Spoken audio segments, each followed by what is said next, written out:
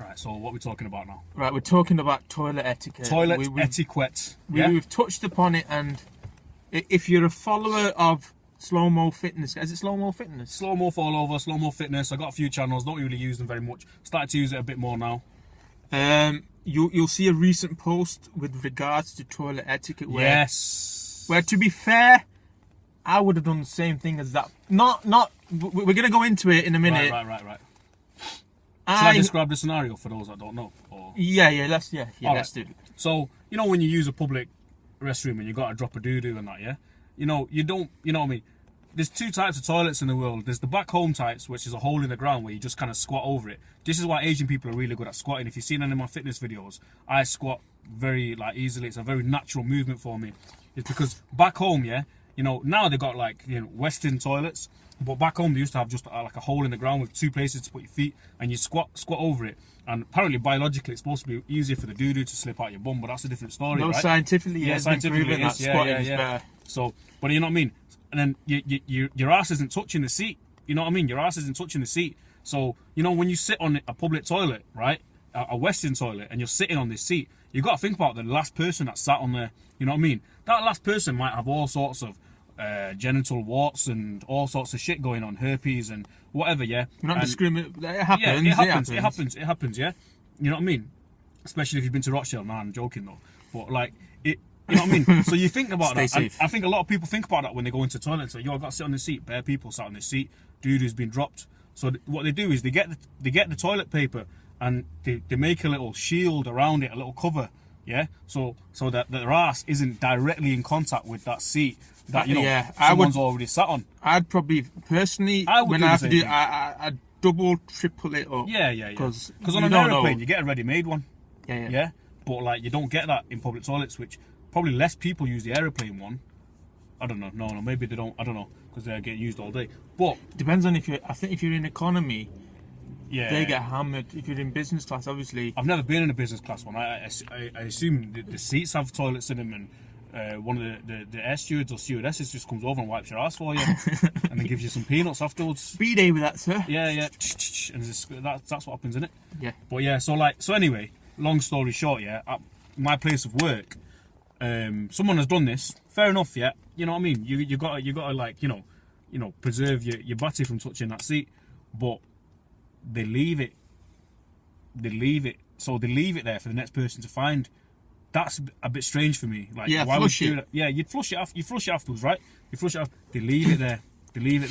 Now, on one particular occasion, I took a picture of this. Put it on my Instagram. You might have seen it, but like, there was still like a fresh bit of doo-doo on there, man. Like, how? So I can only imagine that they used the seat to either had a very explosive shit, or they like kind of wiped a bit of doo-doo on that and just left it there for the next person to find. Did they run out of loo roll? Don't know, I didn't use that cubicle, I'll be honest with you. I never used that cubicle again. But like, yeah, man, it was a bit weird that, like, why would you do that? No, you're so concerned about hygiene, but not other people's hygiene. I can only imagine it's some sort of strange fetish that someone has, that, I want someone to find my doo-doo on this thing. It's been dubbed the nest anyway. It looks like a bird's nest.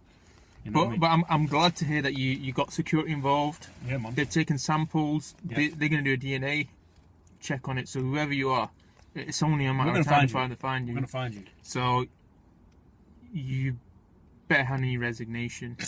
Yeah, to be honest. You can't really work there once you're labelled as the doo-doo nester, man.